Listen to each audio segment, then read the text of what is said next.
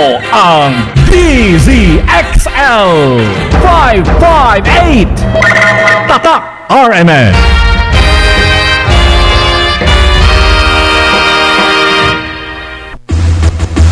Narito na ang numero unong pagbabalita sa radyo na araw-araw.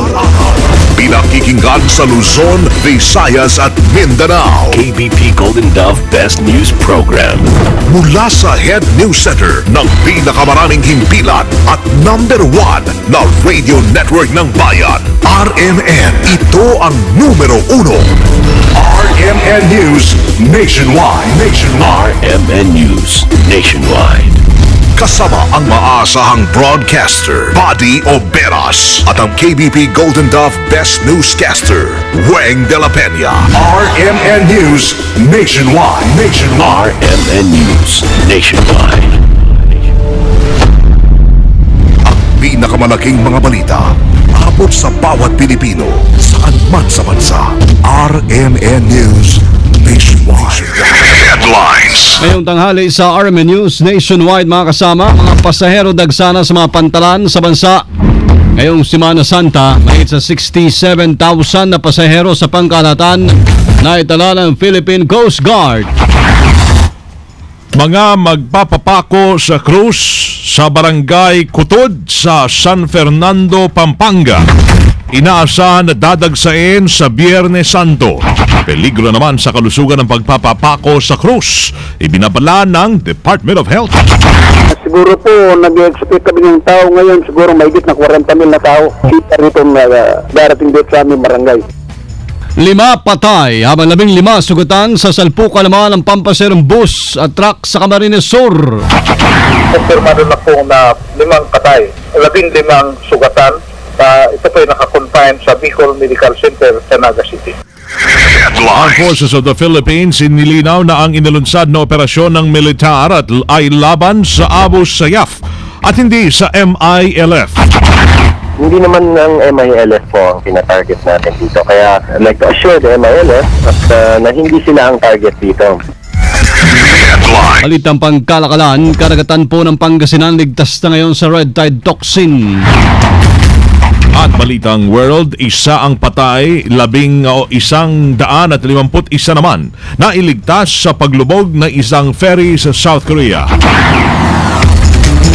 Buong bansa sa boses ng balita. RMN News Nationwide. Mabuhay Pilipinas, tanghali po tayo ngayon ng Miyerkules Santo, 16 ng Abril. Ito ang numero ng RMN News Nationwide, o si Buddy Oberas. At ako naman si Weng de la Peña. Tayo ay live sa DYRI 774 RMN Iloilo, DSIC 711 RMN Iligan, DYME 783 RMN Masbate at TXRS 918 RMN Surigao. Live International via Ustream search RMN Manila, live din tayo sa WRMN New York, USA. At sa lahat po natin mga number 1 AM stations sa buong bayan. Naitala mga kasama mahigit ngayon sa 67,000 na bumabiyaheng pasahero sa mga sakyang pandagat sa mga pantalan. Base sa pinakahuling datos ng Philippine Coast Guard, sa uplan ligtas biyahe nila sa buong bansa. Pinakamaraming naitala sa Coast Guard District Western Visayas, kung saan ay may 16,000 mahigit na pasahero naglayag mula sa pantalan ng Iloilo at Katiklan. Sumunod naman ang Coast Guard Southern Tagalog, kung saan may 12,000 mahigit na pasahero mula sa Batangas at Calapan, Mindoro. May 11,000 mahigit naman ang galing sa Tagbilaran at Dumaguete na itala ng Coast Guard Central Visayas. Sa National Capital Region, nasa may 3,000 mahigit ang naitalang pasahero, kung saan ay kabilang po dyan yung mga pier sa Pantalan o pier sa Maynila at Laguna de Bay. Asa ng buhos sa mga pasahero dahil sa pag-obserba pa rin o paggunita ng Semana Santa. Samantalay ang PNP Dipolog handa na. Dako muna tayo ng Dipolog, handa na sa ipatutupad na seguridad ngayong Semana Santa. Sama natin sa balita si Mardy Libres ng RMN Dipolog. RMN Report! Handa na ang pamunuan ng PNP Dipolog sa pangunguna ni Police Superintendent Jovin Parcon, hepe ng Dipolog PNP, sa ipapatupad ng seguridad para sa mga nakalinyang aktibidad nitong Holy Week. Sa ngayon, handa na ang itatalagang puwersa ng PNP para sa gagawing Station of the Cross na gagawin sa 3003 Steps, Linabupik sa Barangay Lubdungan, sakop ng lungsod, kung saan inaasahang dadagsain na naman ito ng maraming bisita. Magtatalaga din ang mga tauhan ng pulisya sa mga integrated bus terminal, simbahan at mga matataong lugar sa layuning mapanatili ang kaayusan at katahimikan ngayong Semana Santa. Katuwang naman ng PNP ang Philippine Red Cross sa Buanga del Norte chapter sa pagre-responde at pagbibigay ng tulong sa mga nangangailangan. Kasama mo sa DXDR Dipolog, Mardy Delugdug Libres, Tatak RMN. Radyo mo nationwide. Nagsagawa po ng mga sorpresa inspeksyon ng MTRCB o Movie and Television Review and Classification Board. Ito'y sa mga pampaserong bus at barko rin na babiyahe pa probinsya ngayong Semana Santa. Ito'y para matyak pa rin na sumusunod naman ito sa batas hinggil sa tamang pagpapalabas po ng mga pelikula bilang pampawala ng bagot sa mahabang biyahe. At sa interview ng RMN kay MTRCB Chairman Attorney Toto Villarreal, hanggang rated PG lamang ang dapat pong pinapalabas, kung saan walang anumang mahahalay o malalaswang, panurin o sobrang violente na hindi angkop sa mga batang pasaherong lulan ng mga ito. Ito yung aming concern kasi tungkol sa pagpapalabas ng mga malalaswa sa mga biyahe, lalo na mga biyahe pamprobinsya. Kasi ang ating batas sinasabi na hanggang parental guidance lamang ang maaring ipalabas sa ating mga bus at ating mga ferries. Pati na rin ang tinatawag natin mga waiting areas kapag magpapalabas tayo ng video. Ayaw po ni Villarreal sa lahat na sumunod na lamang sa pinapatupad na panuntunan hinggil sa tamang panurin para hindi mapatawan ng kakulang parusa kay matanggalan ng prangkisa. Meron kaming memorandum of agreement both with sa Optical Media Board, sa LTFRB at saka sa Marina. At pwede kayong mawalan ng prangkisa o masuspend ng prangkisa ninyo kapag nahulihan kayo, dahil pag may violation sa amin, may violation sa LTFRB at may violation sa Marina kung ferry tayo. Kahapon po ay nagpunta ang MTRCB sa may Southwest Integrated Bus Terminal sa Coastal Road, Parañaque, at inisa-isa nilang akyatin ang mga pampublikong mga sakyan. Sa kanilang pag-ikot, may ilang pumasa naman, may ilang ding bumagsak kung saan hindi dumaan sa tamang review at klasifikasyon ng MTRCB ang mga panurin. Tinatayang nasa 40,000 katao ang inaasahang magtutungo at sasaksi sa sagradong panata ng pagpapapako sa krus ng mga taga-barangay Kutod sa San Fernando, Pampanga. Sa interview ng RMN kay Barangay Kutod Chairman Zoilo Castro, ngayon pa lamang ay nakahanda na ang kanilang pamahalaang lokal sa inaasahang pagbuhos ng mga deboto sa kanilang barangay. Kinumpirma rin ni Castro na bukod sa mga deboto ng Barangay Kutod, isang dayuhan din na taga-Denmark ang nais na magpapako rin sa krus na isasagawa sa Biyernes Santo. Pati crew niya, kasama daw po niya yung doktor na kaibigan na kasama na din Denmark. Pero inintay ko lang po yung waiver, yung kanyang papeles na pinapayagan siya ng kanyang embassy. At tayo naman dito, naniniguro lang po tayo, ma'am. Sakaling hindi umurong ang nasabing foreign national, ito na ang ikalawang dayuhan na nakilahok sa pagsasadula ng pagpapapako sa Krus ni Cristo sa Barangay Kutod, kung saan ang una ay 15 taon na ang nakalilipas.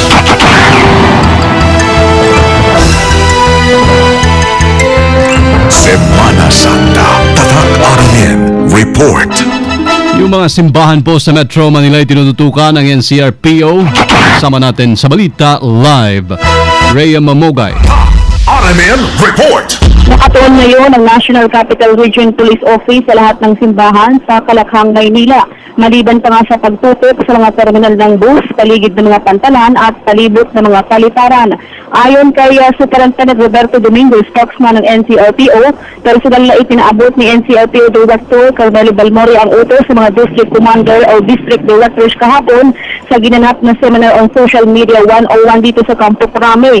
Sa kabila ayaw ng hindi lubusang aalisin ang puwersa ng pulisya na nagbabantay sa paligid ng mga terminal ng bus, kaliparan at pantalan, pinalalagyan ng Police Assistance Desk ang bawat simbahang dinarayo ng bisita iglesia bukod sa mga nagpapatrulyang pulis. Partikular na tinututukan ang Manila Cathedral, Santo Domingo Church, simbahan ng Quiapo at Baclaran, gayon din sa Santa Cruz, Manila.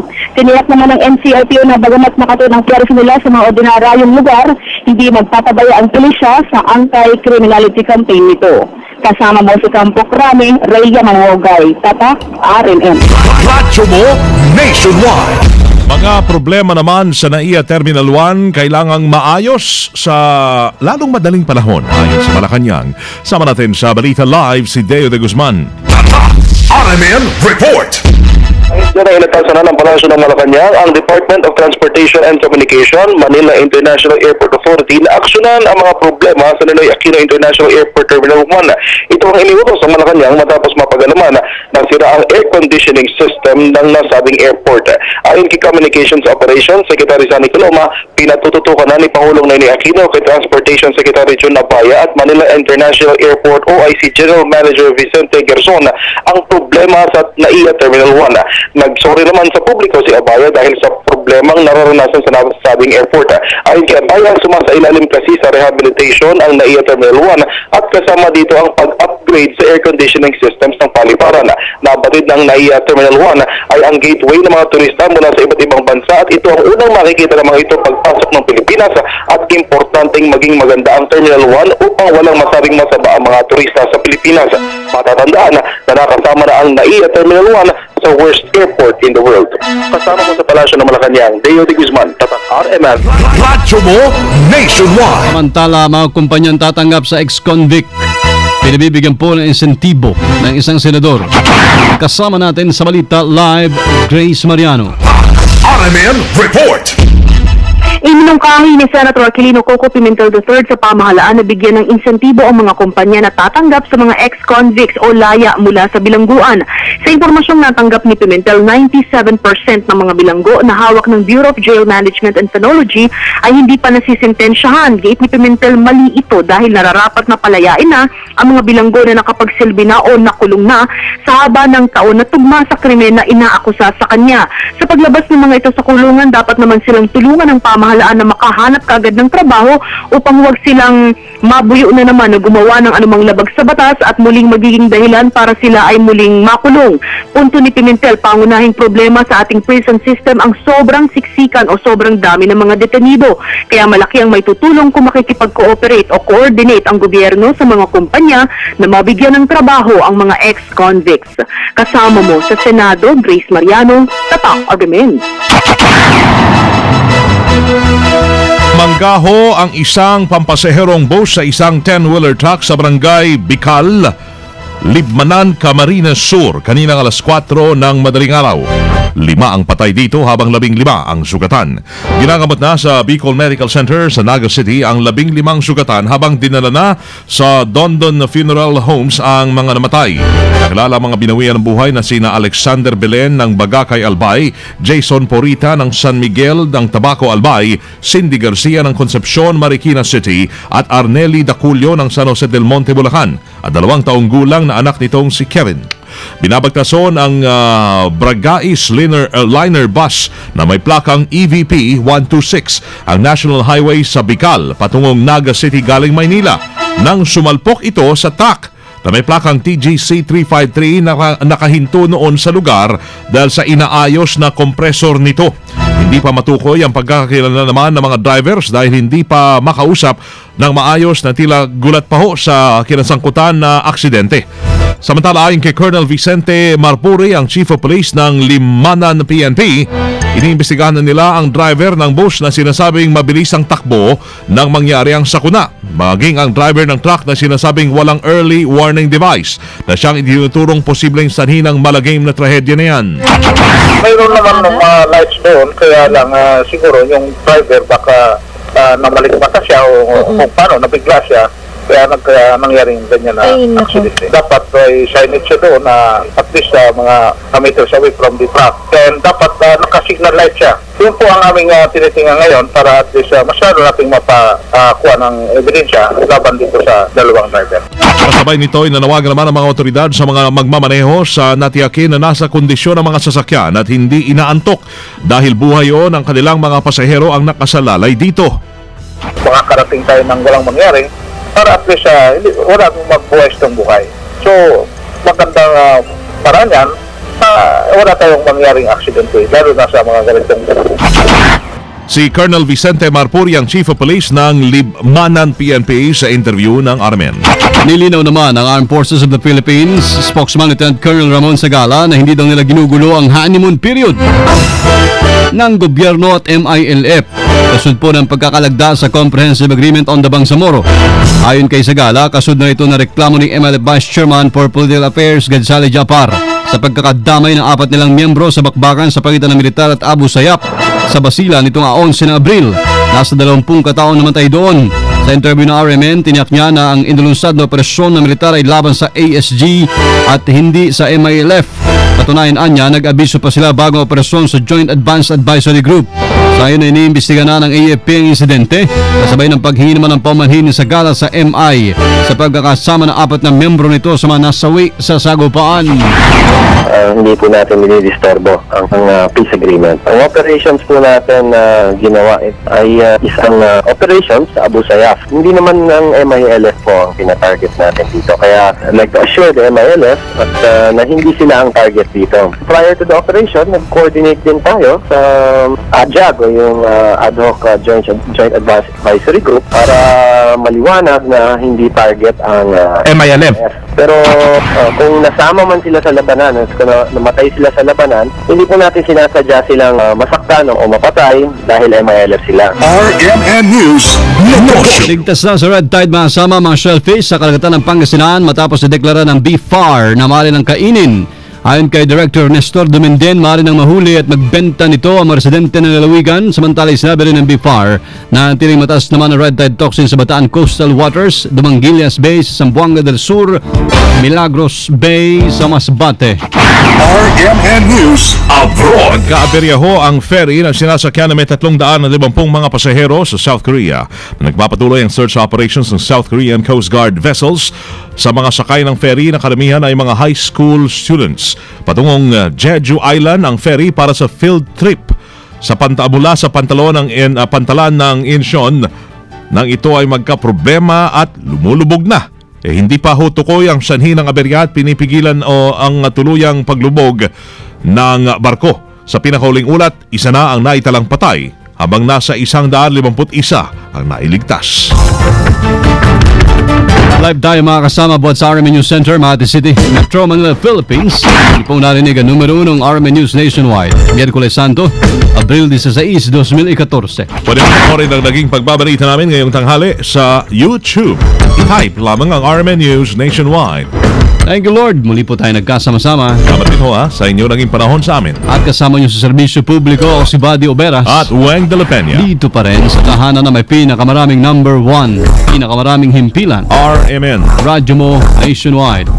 Pinakamalaking mga balita habol sa bawat Pilipino saan man sa bansa. RMN News Nationwide. Alas 12:19 na. RMN